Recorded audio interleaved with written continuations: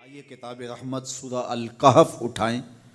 اللہ تعالیٰ نے ایک واقعہ بیان کیا ہے حضرت موسیٰ اور حضرت خضر علیہ السلام کا، کہ حضرت موسیٰ علیہ السلام عزم مصمم کر کے جب چلے تو اللہ فرماتا ہے کہ ہم نے حضرت موسیٰ علیہ السلام کو جس بندے کی نشانی بتائی تھی وہ بندہ ان کو وہاں مل گیا۔ سفید چادر اوڑے حضرت خضر علیہ السلام وہاں لیٹے ہوئے تھے، تو یہ جا کے ان کے پاس کھڑے ہو گئے کہ حضرت میں آپ کی خدمت میں اس لیے آیا ہوں کہ اللہ نے آپ کو جو خصوصی علم عطا کیے ہیں میں ان کو سیکھنے کی غرض سے آپ کی چوکھٹ پہ آیا ہوں۔ کہا تم میرے ساتھ صبر نہیں کر پاؤ گے، معاملے مشکل ہیں، سفر دشوار ہے، منزل کٹھن ہے، اور میرے معاملات ایسے ہیں کہ تم اعتراض کرو گے اس کے بغیر تم رہ نہیں سکتے۔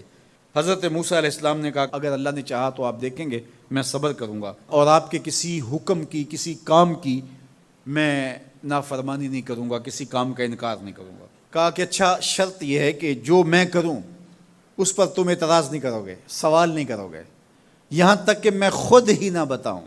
تو کہا کہ یہ شرط ٹھہری، میں کوئی بات نہیں کروں گا۔ فانطلقا، دونوں چل پڑے، دریا کے پار جانا تھا۔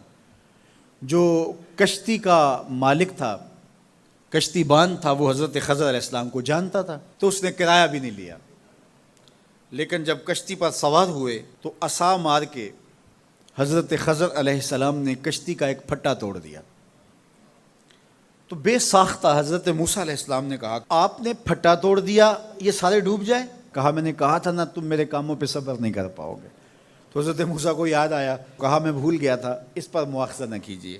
پھر دونوں چل پڑے، بچے کھیل رہے تھے، ایک خوبصورت لڑکا وہ بھی بچوں میں کھیل رہا تھا۔ حضرت خضر آگے بڑھے اور اس کی گردن مروڑ دی، اس کو قتل کر دیا۔ صاحب شریعت تھے حضرت موسیٰ علیہ السلام، نہ رہ سکے، پھر بول پڑے ایک جان کو بغیر کسی جان کے بدلے میں قتل کر دیا، اس نے گوایا کیا تھا ہمارا؟ آپ نے بہت ہی جو ہے وہ غلط کام کیا، یہ کام اچھا نہیں کیا آپ نے۔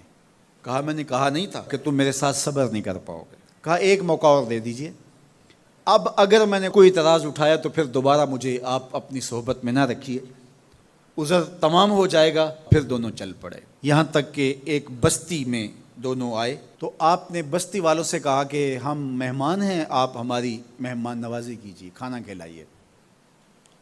تو انہوں نے انکار کر دیا، کہا کہ ہم تو آپ کو بلایا نہیں ہے، آپ خود آئے ہیں، آپ اپنے کھانے کا خود انتظام کیجیے۔ گزر رہے تھے گلی سے تو ایک دیوار گرنا چاہ رہی تھی، تو جلدی سے اس دیوار کو مرمت کر دیا۔ کہا حضرت ہم اگر چاہتے تو اس پہ اجر لے سکتے تھے، انہوں نے ہمیں کھانا تک نہیں دیا اور ہم ان کی دیواریں سیدھی کر رہے ہیں۔ کہا اب تمہاری میری جدائی ہو گئی، تم نے یہ بھی اعتراض کر دیا۔ تو انہیں یاد آیا کہ وہ یہ بھی اعتراض ہو گیا۔ اب میں تمہیں بتاتا ہوں کہ یہ 3 کام میں نے کیوں کیے۔ اللہ اکبر۔ اب سنیے، قرآن ہمیں بتاتا ہے کہ ظاہری علم بھی ہوتا ہے لیکن کوئی باطنی علم بھی ہوتا ہے۔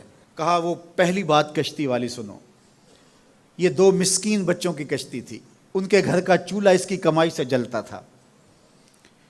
دریا کنارے کنارے ایک ظالم بادشاہ رہا تھا جو لوگوں کی کشتیاں چھین رہا تھا، ہم نے تھوڑا سا عیب لگا دیا، وہ ٹوٹی کشتی چھوڑ کے چلا گیا۔ اب وہ تھوڑے سے پیسے لگا کے کشتی مرمت کرا لیں گے، گھر کا چولہا جلتا رہے گا، بتاؤ اچھا کیا یا برا کیا؟ کہا رہی بات اس بچے کی جس کو ہم نے قتل کیا، اس کے ماں باپ مومن تھے، نیک تھے، صالح تھے، بچے نے بڑا ہو کے بہت برا ہونا تھا، ہم نے اس کو قتل کر دیا، اللہ اس کے بدلے ان کو بہتر اولاد دے گا۔ علماء تفسیر نے لکھا ہے اس بچے کے بدلے میں اللہ نے ان والدین کو ایک بیٹی عطا کی جس کی نسل سے 70 نبی پیدا ہوئے۔ دیوار کی کہانی بھی سن لیجئے، یہ شہر کے 2 یتیم بچوں کی دیوار تھی اور اس کے نیچے ان کا خزانہ تھا اور ان کا باپ بڑا نیک تھا۔ خزانہ دیوار کے نیچے ہے، دیوار گرنا چاہ رہی ہے، کسی معمولی دھکے سے گر جاتی۔ 2 ہی صورتیں تھیں، یا وہ بچے خود اپنا خزانہ اٹھا لیتے یا لوگ اٹھا کے لے جاتے۔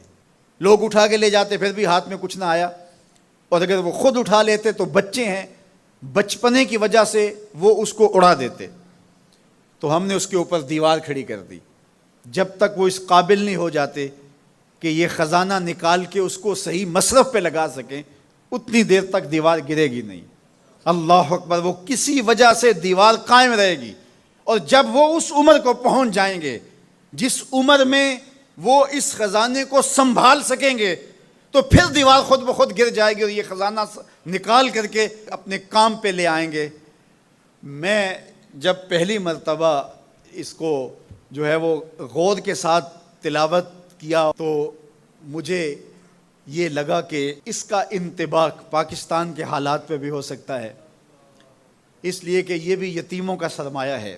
کتنے یتیم روتے بلکتے رہ گئے اور ان کے سر سے جو ہے وہ سائے اٹھ گئے اس وطن کے لیے، لیکن میرے مالک نے اس ملک کے خزانوں پر گہرے پہاڑ اور بڑی بڑی دیواریں کھڑی کر دی ہیں۔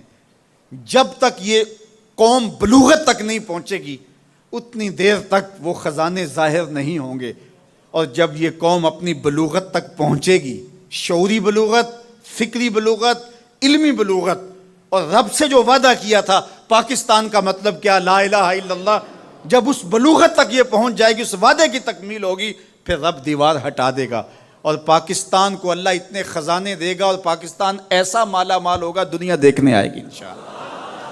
اس لیے رب نے دیواریں بنا کے رکھی۔ تمہارا باپ معین الدین چشتی بڑا نیک تھا، تمہارا باپ داتا گنج بخش علی حجویری بڑا نیک تھا، تمہارا باپ حضرت مجدد الف ثانی بڑا نیک تھا، ان کی وجہ سے میں دیواریں کھڑی کر رہا ہوں اور مضبوط حصار لگا رہا ہوں تمہارے خزانوں پر، اور وہ وقت آئے گا جب تم بلوغت کی عمر کو پہنچو گے دیواریں ہٹ جائے گی اور تمہارا وطن زمانے پہ مہکتے پھول کی طرح اور چمکتے ستاروں کی طرح اور روشن آفتاب کی طرح چمکتا اور مہکتا دکھائی دے گا، اور زمانہ پاکستان دیکھنے آئے گا، پاکستان دنیا کی قیادت کرے گا انشاءاللہ۔